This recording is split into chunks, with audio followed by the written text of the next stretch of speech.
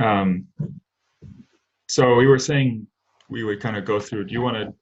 I don't know who is to drive, but we would go through these one by one and like try to bucket them by what we think kind of needs to be done um, for each item. Yeah, well, so here's a proposal. Maybe I can give a bit of a preamble, just to give context on this and make sure everybody's clear. And then Nico, I think it probably makes the most sense for you to kind of drive going through these and looking at the code and so on. And I will, try to take notes as we do that. All right, sounds like a plan. So yeah, so just so everyone's clear on what this is.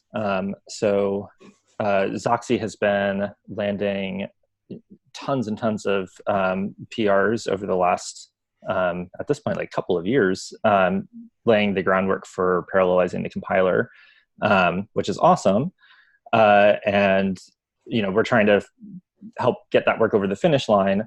But one thing we found is some concerns around potential introduction of concurrency bugs. So in particular, a lot of what changed in the compiler was taking things that were previously ref cells and making them locks, and not really doing a whole lot beyond that simple transformation.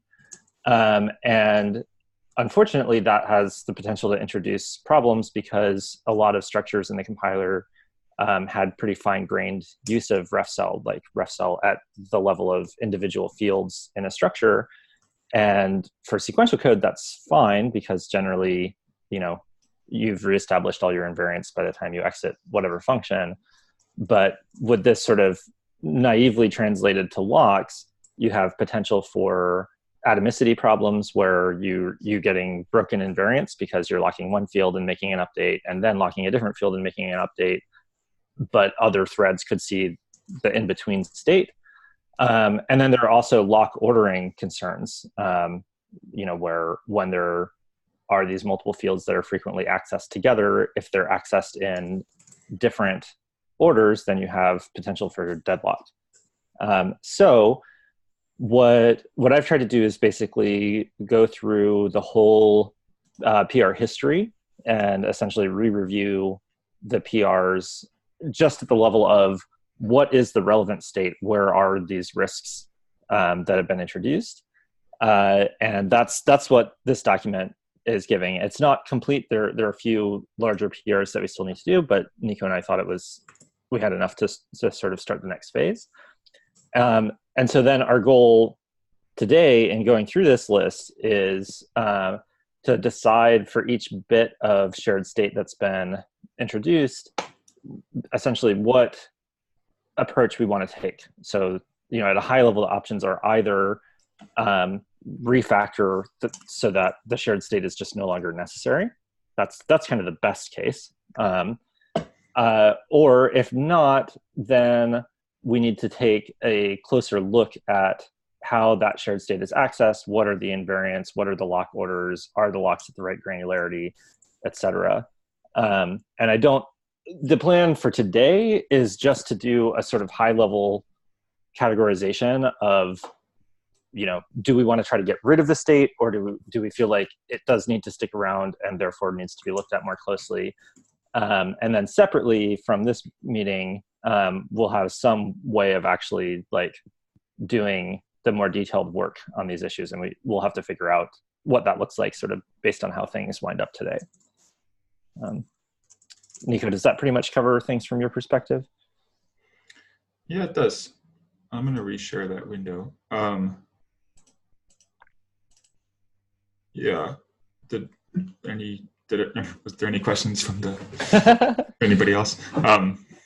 I guess the one thing I would add is that I think when we talked about this yesterday, Aaron and I, and we tried like 2 or 3 approaches for how we should sort of divvy up this work or do this work or figure out what's to be done. And we settled on, it's not entirely clear, let's just try something. So I guess we'll start going through the list and we'll see how it goes. Feel free to make suggestions if you think we could do it differently. But I started sharing again. I was adding some, I didn't want to distract while Aaron was talking, but I added some like links, just a few, but to a source. And these, off the top of my head, I think these are like, for each of these pieces of shared state, we might wind up with something like removing, or maybe we think it's fine, and we just have to sort of document what's happening, or not.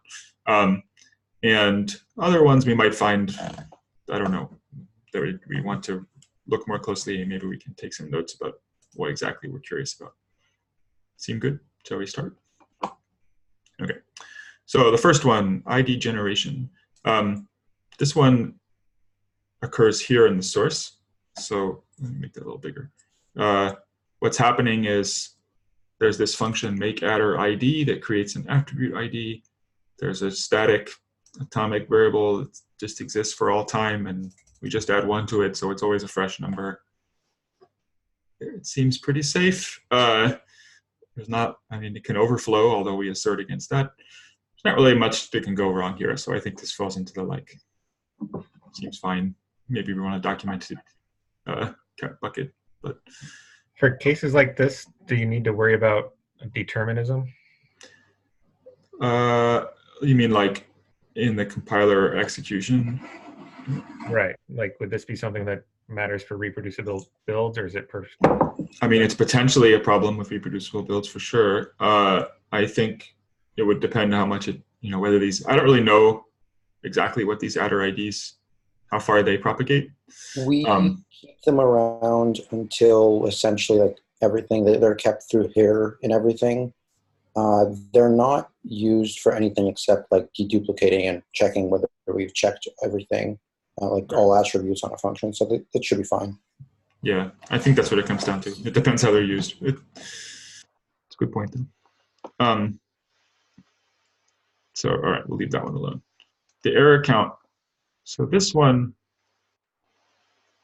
really, this whole struct, this is one Aaron and I looked at yesterday, but it's a good example of the danger, the potential danger of just converting ref cell to lock, because you see that like each of these fields is its own atomic sort of section here. So it's possible now to have some method that acquires this lock, makes a change, releases the lock, acquires that lock, makes a change, and releases the lock. And whereas before those would have executed atomically, now some other method might be executing that reads this change before reads the delayed span bugs change, but not the taught diagnostics or whatever. And so there probably is, I think there would be 2 ways to handle this. One would be to kind of audit. Luckily, these are all private fields, so it kind of contains the scope of the audit.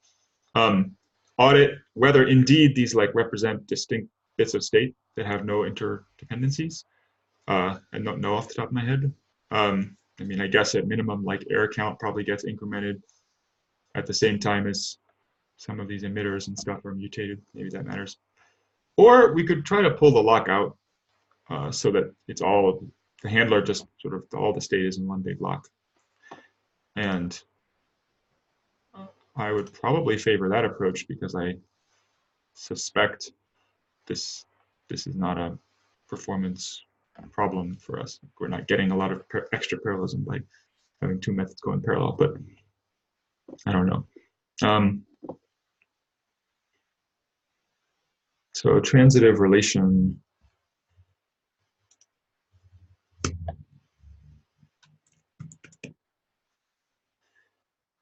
Yeah, okay, I remember this code.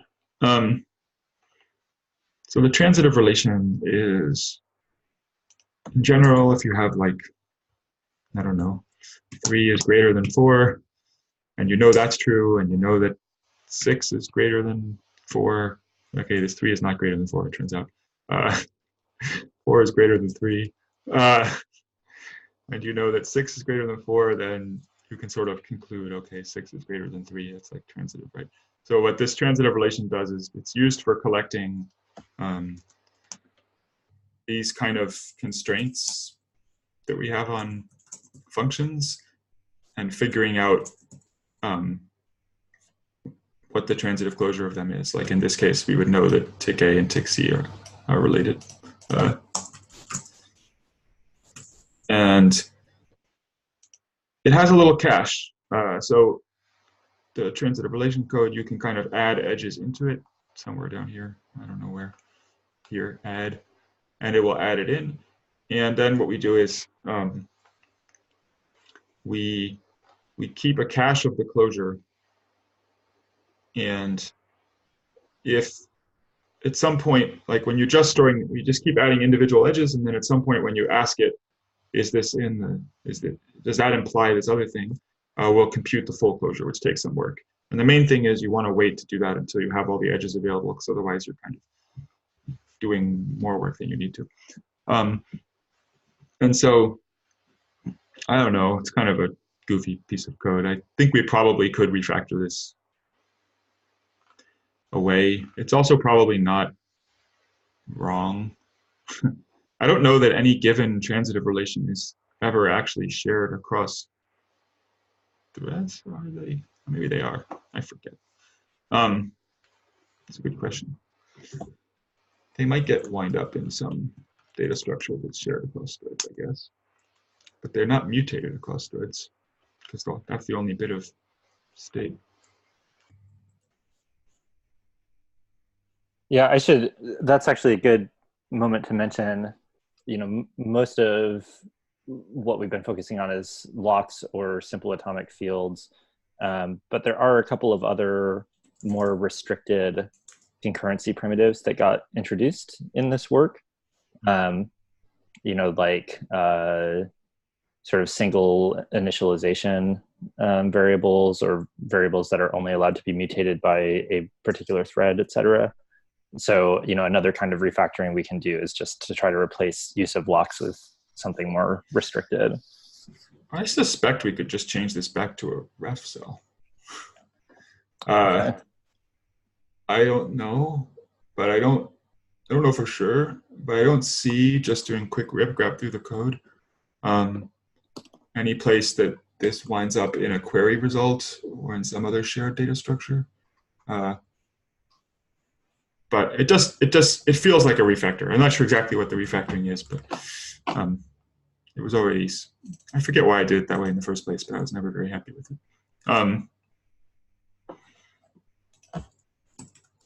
The session, oh boy, okay. So session type is one of those horrible types. It's been around forever. And it's sort of created when it's like a session with the compiler is what it stores. It's got a lot of random bits of shared state. It really should go away, but that's a big job. In fact, we tend to call that, well, I don't know, I guess it's separate, but I've thought of it in my head as being related to this end-to-end queries work. But so this is the session data structure. It's got a lot of stuff, like what is the target you're compiling for, blah, blah, blah, blah, blah. And some small bits of immutable state, I guess. I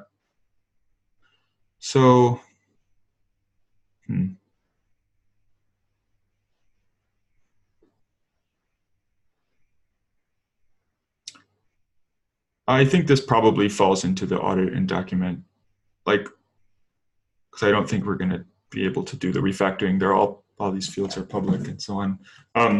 Or maybe we should probably just shelve it for closer examination in the future pass. It might be that we can refactor some of the fields away and stuff like that. But a lot of this is tied to, like, the main refactor we would like to do, if we can, is to take shared state and move it into queries in a lot of cases. Or that's one great way to refactor, and that's going to be hard because sessions, a lot of this stuff is here precisely because before we have the query system in place, we do certain amounts of work and it needs to be there. So that route isn't available to us at the moment. But I don't know, some of these things, I think like these fields here, for example, type length limit, recursion limit, I think they're probably set early on in the parser or something and then used later.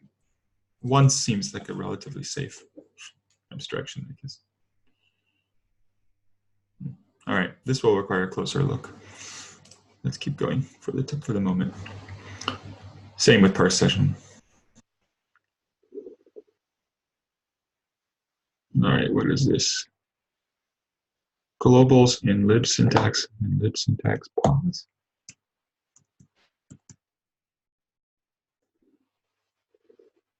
I don't know what this is. Has anyone here seen this stuff? Looks like it's related to the internal. Yeah, so we keep the span interning and some of the hygiene data in what we call globals, but is in fact something more like how we stick TY context into TLS.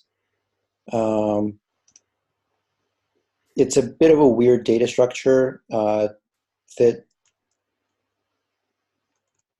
is probably impossible to remove because it's used from like anywhere you do anything with spans.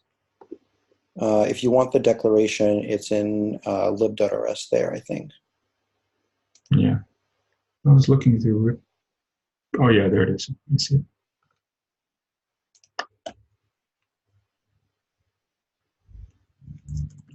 Yeah, I'm sure this will be hard to change if we were going to change it. So it's a scoped thread local. Okay.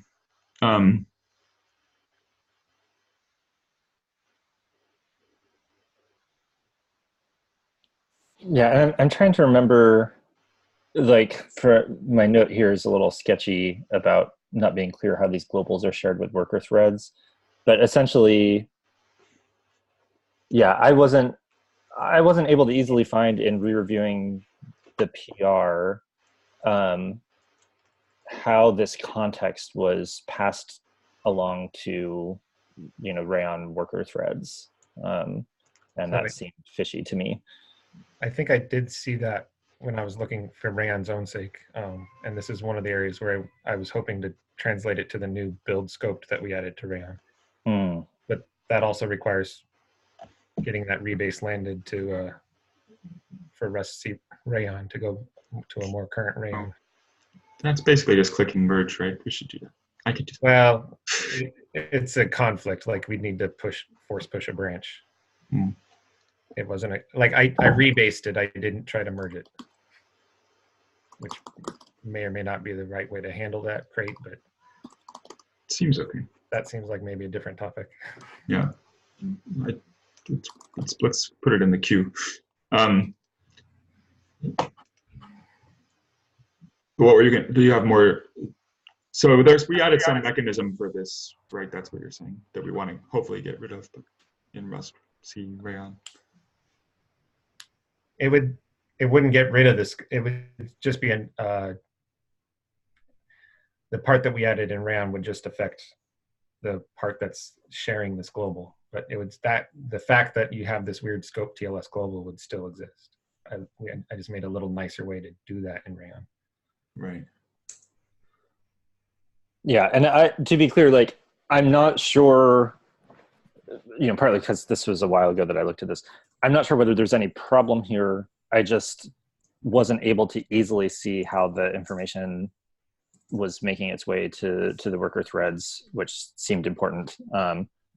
So it sounds like the right course of action here is to first land the Rayon update and then circle back to this, look more closely at how it is communicating that down to worker threads, and perhaps change it to this new mechanism.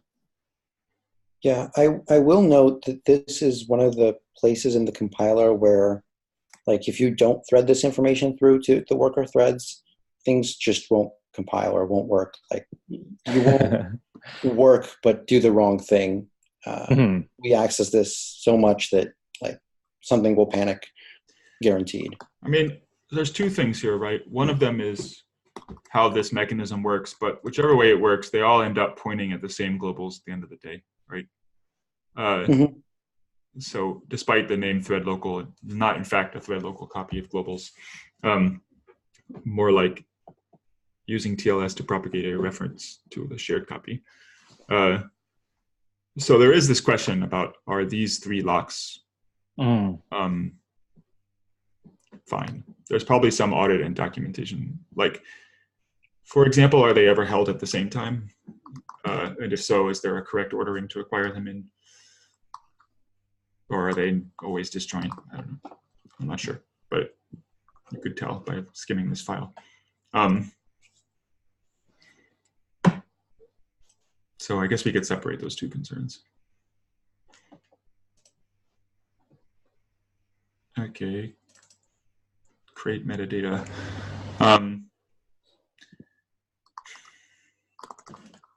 That's going to be kind of the same probably, but well, okay, so create metadata.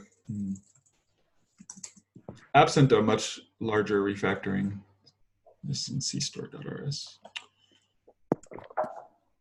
This is where it's also one of those data structures that gets created early and lives a long time.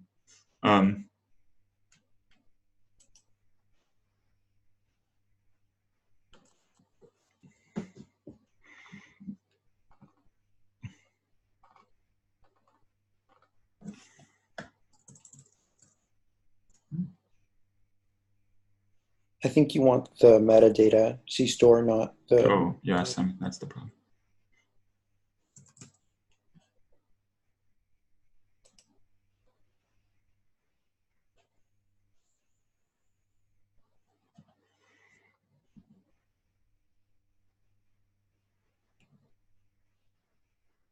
So it's like, well, not. It's interesting that we have. No, never mind. It's actually not that much state that's using these, right? There's just a few fields. In other words, it's not like it's every field. There is a lock around the whole thing, I think, though. If you look in like the crate store itself, if you scroll down, it's the next structure. Yeah, so I don't know. I guess it's in a RC, so it probably doesn't get mutated, but that seems a little suspicious. Well, if it's in an RC, it can't be mutated, right? Apart from. I guess that's true. What we do is we add new ones to this list. Well, we could still replace, like, we could lock the vector and replace the whole thing with a new one, which is. Right, which we don't do. We could do that. I don't think we do that. I mean, I'm pretty sure what we do is we, as we uncover more crates, we create new ones and stick it at the end of the list. Yeah. But, okay. So I guess this is probably a case of auditing. It's probably pretty okay is my guess. But, so looking for if there's sets of fields that are changed together and if we want to group them into one lock or something like that. Does that sound right? And or looking if there's some, I guess one other thing that occurs to me that we might consider, you said there were a number of different, like, less general primitives like once that were introduced, and I don't know, but maybe how thoroughly we've used those, but maybe one thing we could do is sort of write down what they are, and that's a pattern you can look for when auditing is, can you reduce the power of this primitive from lock to something else?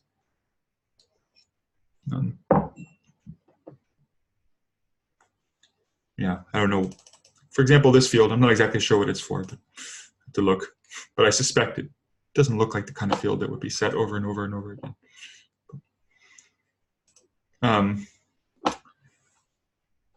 All right. So inlined bodies, yeah, okay. This is going to be interesting. Does this even still exist? I think this no longer exists. I think we did refactor that. Thank God. So cross that one out. The mirror cache predecessors. This one I hope we can refactor.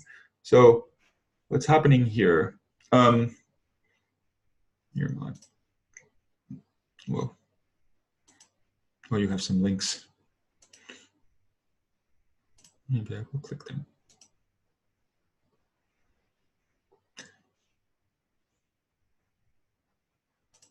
But let's just jump here first. So what happens here is that in mirror itself, we have from each basic block a list of the successors, but we don't have a map that goes backwards to predecessors. And what we do is we lazily compute it when you ask for it. So So we have this cache field. And when you ask for the predecessors, we will lazily compute it. And then if somebody gets a mutable reference to the basic box, such that it might have changed, we invalidate and clear the cache. And there's a ref cell around this cache, I guess. So while you are iterating over the set of predecessors, I think if you call basic blocks mute, you'll deadlock or something, or panic, depending. But in the case of a lock, you would deadlock, which is ungreat. So this scheme is annoying. Part of the reason, but it exists for, like, one of the reasons it exists, I think, is that we wanted to pass along the mirror in between optimization passes, and we didn't want them all to like recompute the predecessors separately when nothing had changed. So this cache kind of passes between unrelated bits of code and lets them reuse the work they did. Of course, we don't actually do any optimizations right now, but that's the idea. This feels ripe for some form of refactoring to me. I'm not exactly sure what the best approach would be, but either we could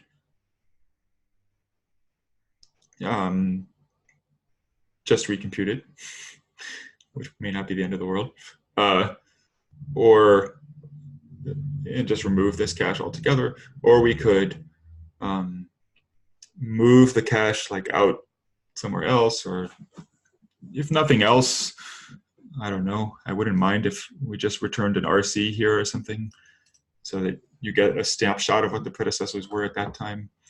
And if you change the thing, well, so be it. Then you wouldn't have these locks. It wouldn't be as complicated. In other words, you'd have simple atomic operations that you don't stretch. Like here, we're returning, here when we call predecessors, we're returning a lock that is then held for however long. So there's now issues of, what if you get some other lock in the meantime? Maybe you're going to get a deadlock because you have unknown lock ordering. It's totally out of your control. If you at least just had an RC that you, or an ARC, I guess, that you inked the ref on and returned, and it released the lock when you're done, they wouldn't have that problem. So I would say some kind of refactoring, I would think, takes a little bit of investigation to figure out what the best one is.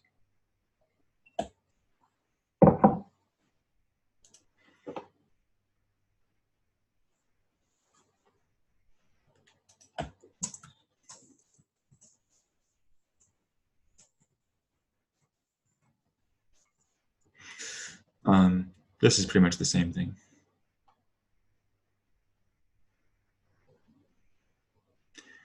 So the context interners, these should be okay. So what these are is, let's jump in. Oh, hold on a second. Sorry.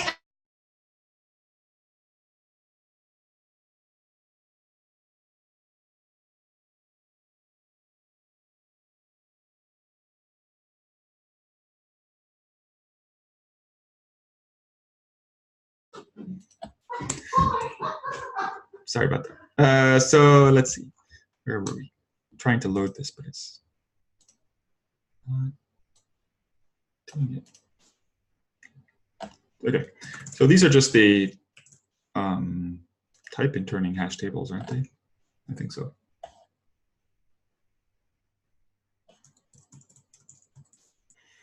Yeah, I think these are fine. We can document it, but I'm pretty sure they are indeed atomically accessed bits of state. You come in with one type S, you get the lock, you find out if there's a new, if you've seen it before, return the existing pointer, otherwise you add a new pointer, stuff like that. So it should be okay. I guess this intern set is like, there it is. Actually, are these even, where is the lock here? Oh, the sharded hash map holds the lock. I see. Yeah, okay.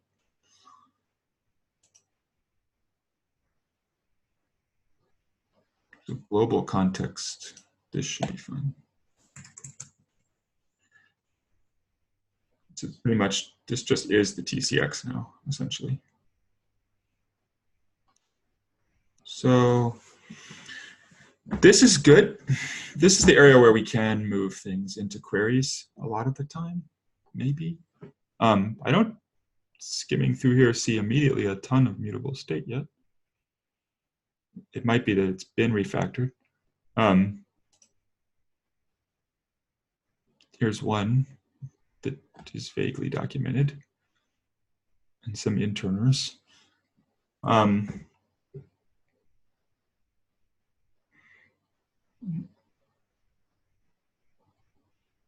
This, I think, is used by Miri. Right, so I think basically all of these are also okay. I think they're all little caches that are not connected. So I guess a quick audit makes sense. But it's okay. And I don't know.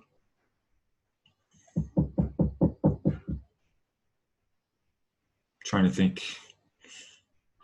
I don't know how refactorable they are. I think it'd be nice to refactor some of these out of existence, but I don't know exactly how that would work. So. At the very least, we can probably make a refactoring goal of making them non-public or moving them down into some submodule. So yeah, like yeah, these ones are the most worrisome, but might be challenging. I imagine it's public because Miri uses it. I'm pretty sure that's a Miri thing. I guess you could imagine at least that we don't, like, we reference some Miri data structure that's opaque to us and has private fields. And Miri, has the lock in itself so that it can like be more contained and not accessible to everyone in the whole world. That would be nice. Yeah, that's good. I think that's probably the minimal strategy, is at least try to get rid of the public stuff. It's not only Miri, also, maybe I'm wrong about that whole theory, but it sounds like a Miri type for sure. Like also this code, TX to LLVM workers. I think in that case, the consumer of the lock is downstream in the code generating, probably the driver or something. So you that's going to be tricky to work around, but maybe there's a way. So the steal, this one should be okay, but well, okay, yeah, it has this lock issue.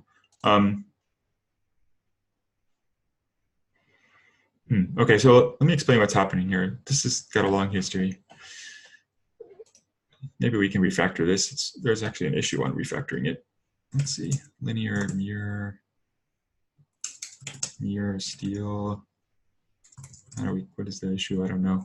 It's not in my history, apparently. So the problem is this. We have, actually, yeah, okay. When we compute the mirror for a function, it goes through a couple of phases. And the idea is we first build the mirror, that's one query, and we want to make some changes to it. Then we call another query, which takes that built mirror and mutates it in place to add more information. Or like the borrow check, when we patch the mirror, we do optimizations on the mirror, we do that all in place. And so what we wanted to have some queries for intermediate stages. So you could say, like, give me the mirror of this function up to this point. But we didn't want to clone the mirror in between each of those queries. So like one simple way to handle it would have been, for any given function, let's say there are 4 queries, that they each return a mirror data structure, maybe in an arc or something. But then if the same mirror is just being passed through unchanged, that would be fine. You just have 4 pointers to the same arc. But if you're going to make changes to it, you would have to deeply clone the mirror and make it. And you'd wind up with like 4 copies of the same function, which would be wasteful both in time but also memory. So what we did was this kind of horrible hack, which is the steal hack. And what happens is the result of the query, in theory, query results should be deeply immutable. sort of nice little data structures. But the result of this query is an arc steal, basically. And in arc steal, you can do two things too. You can read from it, in which case you sort of borrow it like a ref cell, or you can steal it. And when you steal it, you get ownership of the mirror inside, and you basically swap it with a none. And so the idea is once you steal it, you should only steal it if you know through some other means that nobody else will ever inspect the result of this query, because now it's gone. And so if you try to read from a stolen one, you get a panic, and it's an irrecoverable error because it's some kind of programming error. And it requires us to do some kind of hacks because, let me see, I didn't show you such a hack, but we have, so for example, the borrow check, I don't know if I can find it in the code, but I'll just type it here. The borrow check would like to, like the borrow check needs, there's like 4 queries. I think they're called mirror, build. I don't know if there's even 4. I forget exactly. This all got refactored a few times. Is it mirror build? No, mirror something. Queries. Look up the name. Well, I don't know what it's called. I'm going to call it mirror. I'm just going to call it mirror build, even though I think that's wrong. Mirror optimized and something else. And so, etc. So the idea is the borrow check, for example, invokes mirror build because it wants to work on pre-optimized mirror. The other code invokes mirror optimized. Sorry, mirror optimized also invokes mirror build and steals the result so we can make changes to it. So now there would be this problem if you called mirror optimized first, then mirror build would be stolen, and if you then try to do a borrow check, you would panic because the value you're trying to read has been stolen, and that would be bad. So the hack is that what mirror optimized does is it calls the borrow check before it steals the result, so that you know that you've done the borrow check, and then you can steal, and you know that if you later call borrow check again, you're just going to get a cached result, so it won't be a problem. So it's kind of horrible. And we have a little like issue exploring the different solutions you could do to this, ranging from the really like expansive of maybe we should add some notion of linear queries and something to I guess we could probably pack some more of this stuff into one query and carefully, like just not have this whole many queries that return the mirror and intermediate states, but pack it into one query that does all the things. And thus there are no intermediate states. That's probably the better approach. That's the issue. Yeah, that looks like it. So I think we should probably refactor this. I don't know. That would be the ideal. I guess it seems pretty bad now that well, it's probably not. I'm trying to think if you could have an error here. I guess I can't see why not in terms of deadlock. Well,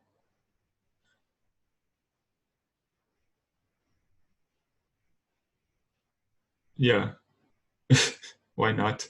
You can certainly have two, if you have something that's reading 2 mirrors at once, they better read in the same order, right? Or else you could easily deadlock.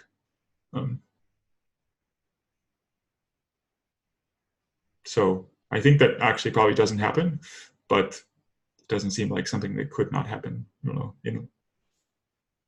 I guess inlining might do it, for example, but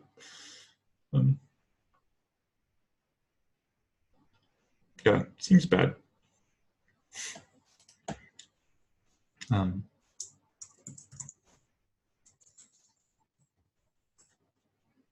And the problem is you kind of, unlike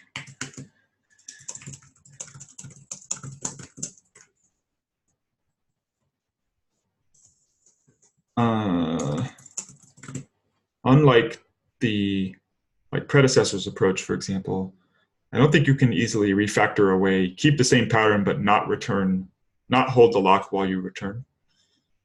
I guess what you'd have to do Okay, what you could do is you could sort of grab the lock only so long. You could basically move the lock out of, so it's not a real lock that you hold the whole time. You set some bit to 1, like a ref cell does or something. It says, hey, I'm borrowed now, but the actual lock is released immediately. And when you return the borrow, you get the lock again and set the flag back to 0. You see what I mean? So that you're not really holding a system lock for an unbounded amount of time. You're just holding a logical lock. You basically re-implement ref cell on top, but with an atomic access. And then you could have the same pattern, and I think it would be okay. The thing that could go wrong would be if somebody was stealing while you were reading, but that shouldn't happen. Like, that's a bug in the structure of the queries already, no matter what.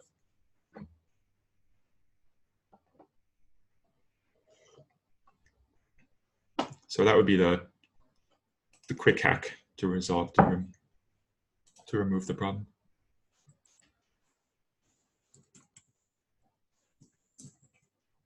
Okay, on disk cache. That sounds fun.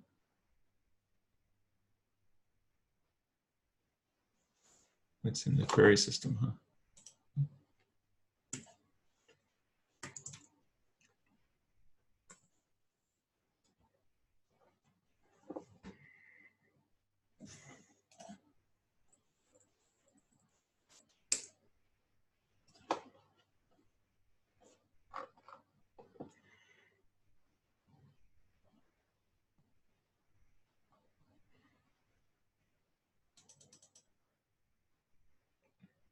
Probably seems like an audit, but it's probably okay kind of situation. This is interesting.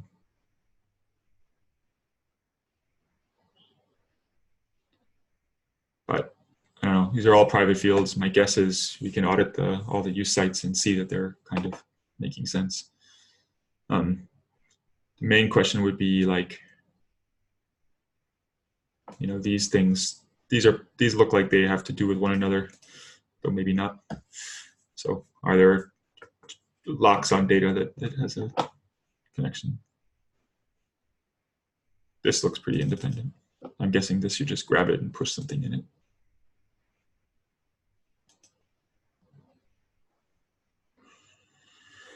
it. Depth graph, okay.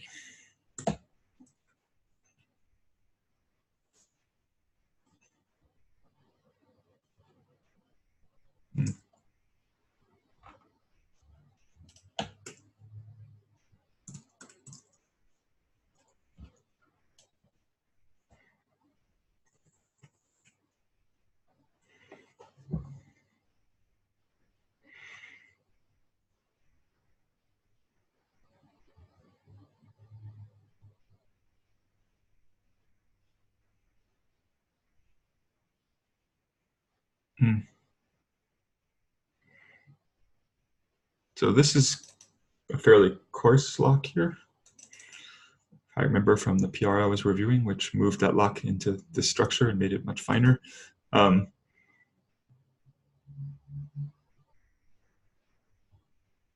guess I would say this is probably in same situation of either audit or pull the lock all the way out would be the main refactoring to do. It's interesting that, do you know why? I guess we pick mutex when it's only written or something. Like, why mutex versus lock? What is the? I didn't catch that the first time through. I do think lock like degenerates if you compile rest-C for sequential mode or whatever. Oh, is that what it is? But just the mutex or ref cell. Exactly. But then I'm not sure why we use mutex for that one field then. Probably just forgot to use lock or something. Seems like strange otherwise. Surely that one field is not parallelly accessed in parallel while the rest are. This code is kind of a good site. we were saying earlier, we sort of lack. It would be good if we had more people who were read deeply into this code. Yeah, the mutex is there because of the convar, I'm guessing. Oh, that makes sense. Because convar doesn't work with like other stuff. That's interesting.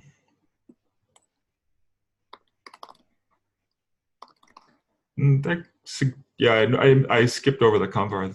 That suggests there's at least something somewhat subtle happening here that's worth, if nothing else, that should be documented. Like what is going on? Why do we have a convar in the first place? Right.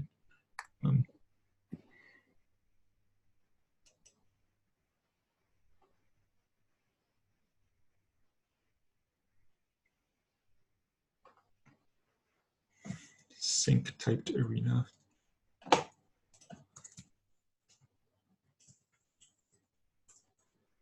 Oh yeah, this is pretty self-contained. Right?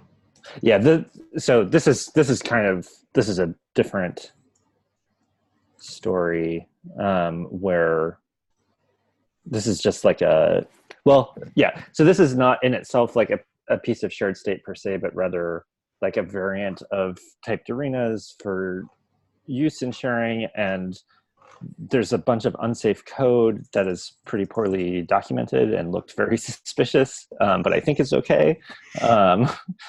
So this is mostly just like this stuff needs to be cleaned up.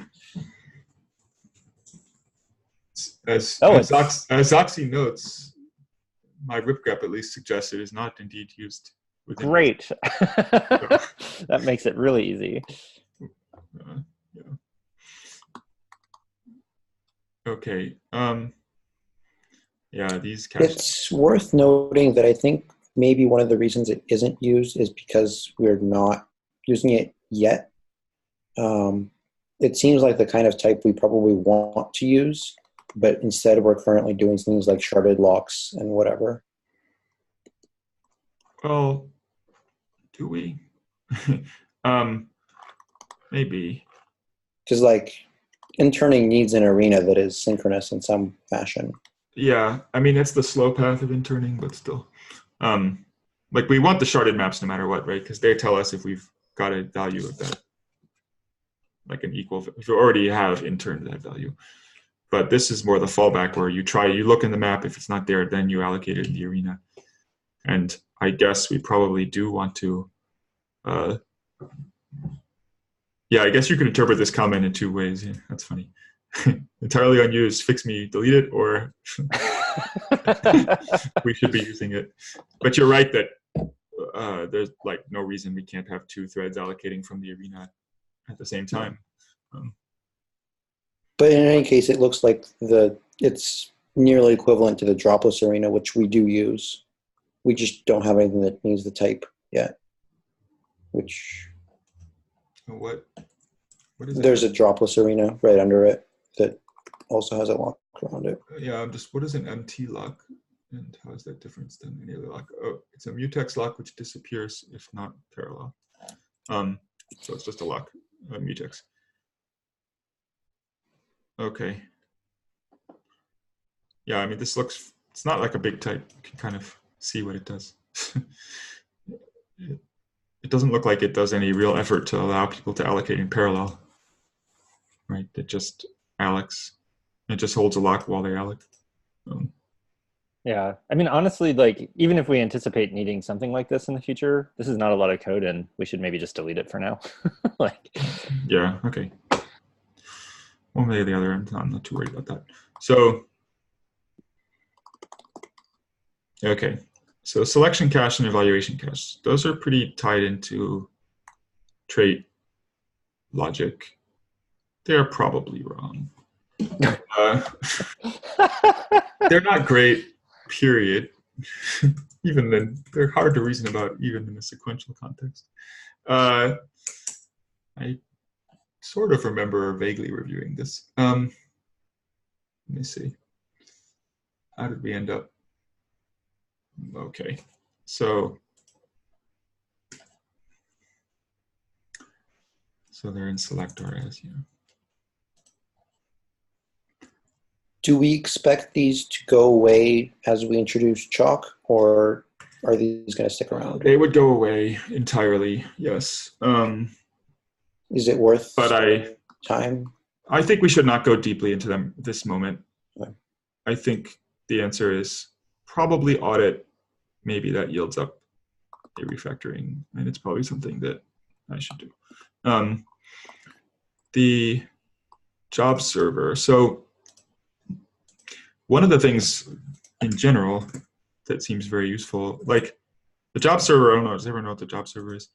This is this thing that you run, cargo run, or like, I guess not cargo. I can explain it. Outside runs it to help share between different invocations of Rust, share resources in a nice way.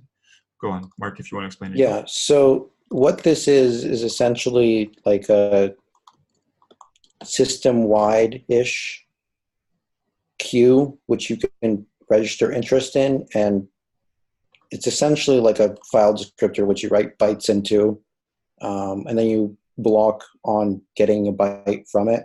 At least on Linux, it works differently on Windows. But the general idea is that we don't want to use like 2,000 threads at the same time. So if a thread wants to do work, in general, it'll block on acquiring like a token. It'll get the token. It'll go off, do work, and then once it's done, it'll release the token back into the job server. For the most part, this doesn't really affect us because we acquire all the tokens when we start the threads at the beginning and drop them when we stop the threads at the very end. However, if like you try to spawn a thread and that tries to acquire a token, but let's say Rust is already using all the tokens, it's possible that that could deadlock because like there are no tokens left on the system. So I feel like this is consistently brought up as an area of where we could, if nothing else, we should document what our strategy is.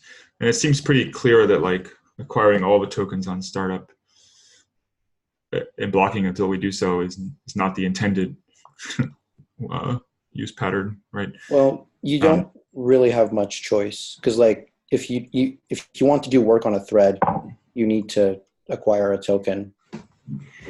Yeah, well, we have some choice. Like we could not eagerly spawn so many threads. Sure. Yeah. So, I mean, until like with the LLVM, well, so currently we mainly use this now for the LLVM threads, right? Yes. And I don't think they're. Do we also eagerly acquire the rights for all of those? I think they're a little more lazy, but I could be wrong. So, to my knowledge, there is no way, like the job server crate and the underlying primitives don't allow you to like ask if there are 10 left. You can only blocking read on the like underlying primitive. Right. Like very constrained into what you can do. You can only ask to acquire, and that's an inherently blocking operation. You can't like try to acquire or something like that. So right. Well, yeah. So at minimum, we should document what we're doing, and maybe we can do better as well. I personally find his code kind of mystifying as well, but I remember complaining about this, but it's okay. Well, not this particular use of unsafe is sort of all right, but you know, it's not like this is sort of very self-documenting to me. What is this module and why does it have 4 random functions? But so some docs are good. it's also worth noting that possibly refactoring this into something that doesn't use the like job server crate as it stands today is worthwhile. One problem we've ran into is that there's not a lot of visibility and it's kind of hard to profile like why you don't have job server tokens or where they've gone. So a lot of the time that even if it doesn't deadlock, like it's just a performance issue. But I don't have any actual like ideas. Yeah. I don't one either. I mean, I suspect the logic is okay, but I don't really understand what it is. That's the main problem. So the last one, I think this is going to wind up being just a document, at least for the moment, situation. Pretty sure what's happening here. So, right, this is like this. We have refactored a lot of these things, but they still exist. So the lint, there's this lint registry, and you can add lints into it, and then some pass in the compiler kind of runs over, and we might be able to refactor this. I take that back. Kind of runs over and executes all the lints. And as you can see, there's a lock, and this lock gets, there's a method. Oops, I think I just searched over it. There. Register late pass that gets invoked, among other things, it can be invoked by plugins, but I think it's also invoked by the compiler itself for some of its internal lints. So it's supposed to be done during setup. That's the basic idea, that you would register these passes before you actually get to running them. And indeed,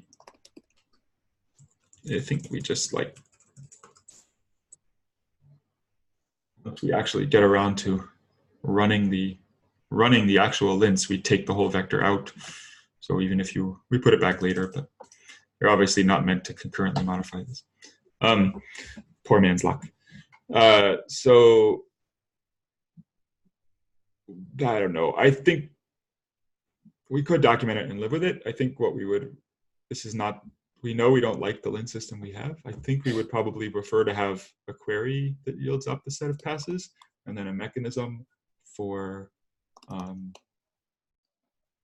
if we're going to allow plugins, some mechanism, which B and I have discussed for, actually it already kind of exists, for the plugins to sort of control the implementation of the query. So the way queries work, they're like a big data structure of function pointers under the hood. So it would be pretty plausible, for example, for plugins to take the existing, the default query provider, the default function you find in there would be the compiler's one that returns the set of lints the compiler likes. And some plugin could like put its own function in there, which invokes the compiler's function, gets back that vector, appends a few things to it, and then returns it, sort of like a inheritance kind of situation. And then multiple plugins could compose this way. And then you wouldn't have this mutable state. Instead, you would invoke the query here and it would build the vector. That would be much nicer. I don't know exactly what stands in the way of just doing that. We'd have to update, Clippy and the servo people, but I don't know. I feel like we do have to break this code every once in a while just to ensure that not too much accumulates and creates IO that's abusing this mechanism. But yeah, so it might be worth refactoring this if it's not too hard. But it's also probably undoubtedly fine in practice. Okay, we made it through the whole list. That's kind of cool. Yeah, it's not too bad. Yeah. Although I do want to reiterate, like, this list is missing 3 or so PRs that are sort of like the heavy duty bits, like tying in with incremental compilation in the query system and stuff. But so I don't know what that's gonna entail. Yeah, so it seems like it would be good to try to do, we found at least a few like small actionable ones, relatively small. I think the steel maybe, mostly around mirror, it seems like, the predecessors in the steel. And maybe some of them that are the smaller audits and documents. So we could get started and see how it feels. Yeah, I was going to suggest, so I would be happy to take these notes and try to turn them into individual issues, and then we can have a meta issue tracking them And that way we can coordinate with whoever wants to take on some of this work. Yep. That seems good. Okay. The other thing we could talk about, not in this meeting, I think, 'cause we're probably gone long enough, but I know Josh and I are both eager to get rid of Rusty Rayon or figure out what our story is there. Yeah. At minimum, we should land this refactoring, but if we could, we could probably do a similar discussion about what are the things that it does and why we replace them. Do we really want them? Should we move them to Rayon or what? Yeah, that sounds great. Schedule a meeting for that. We could make it happen. Let's do it next week. Who owns the crate right now? Is it all Zoxy or does somebody else? No, I don't know. I think it's in Russ Lang. I think it's in Russ Lang. So yeah, we kind of, who exactly has permissions, I don't know, but at least I do. Okay. Compiler team, I guess. I think we have previously the only question would make sure that the one that's on crates.io, I think we did give ownership to more than just Zoxy.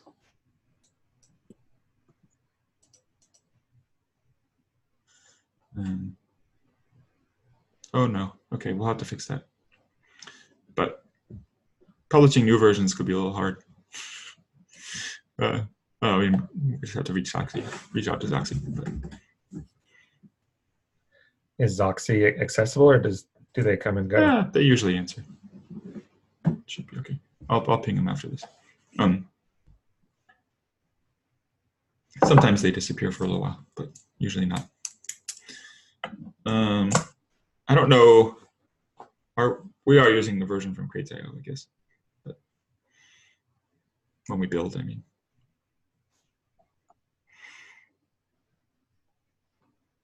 Okay. Well, cool. Yeah, this is great. I guess one question I have is for people like Paul and, are you all interested in doing follow-up work, or are you just curious hanging out? Maybe I'll stop the recording now, but I'm not going to put you on the record. But